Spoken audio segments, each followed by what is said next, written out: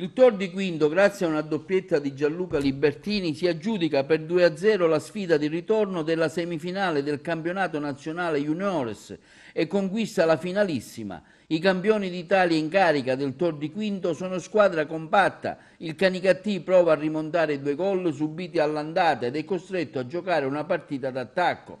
Ma una grande pecca, quella di non avere uno come Libertini in attacco. Spalti gremiti e tifo alle stelle. La partenza dei padroni di casa è buona, ma nessuno nella ripresa, ma con poca lucidità. L'attacco è sterile, la legge del calcio è spietata e arriva al 68esimo il vantaggio dell'esperto di Tor di Quinto. Il Canicattì prova a pareggiare, ma è anche sfortunato e all'85esimo subisce la rete del raddoppio con Libertini che il club ha ceduto alla spalla. Al fischio finale l'attaccante è stato applaudito da tutto lo stadio.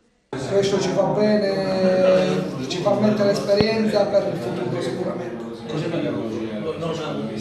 Mancato il gol, noi abbiamo uscito parecchio, abbiamo creato parecchie palle gol, abbiamo tenuto bene il campo, però quando non realizziamo una volta è come la partita di andata, perché se l'andata finiva per noi pure, perché abbiamo avuto diverse occasioni, saremmo stata un'altra partita. Però anche lì dobbiamo crescere e maturare, ripeto, perché noi non ci siamo mai trovati in questo percorso, abbiamo fatto quest'anno e quindi speriamo che ora prendiamo esperienza di tutto questo e faremo meglio il prossimo anno. Siamo venuti qui molto umilmente e con il calcio appagato.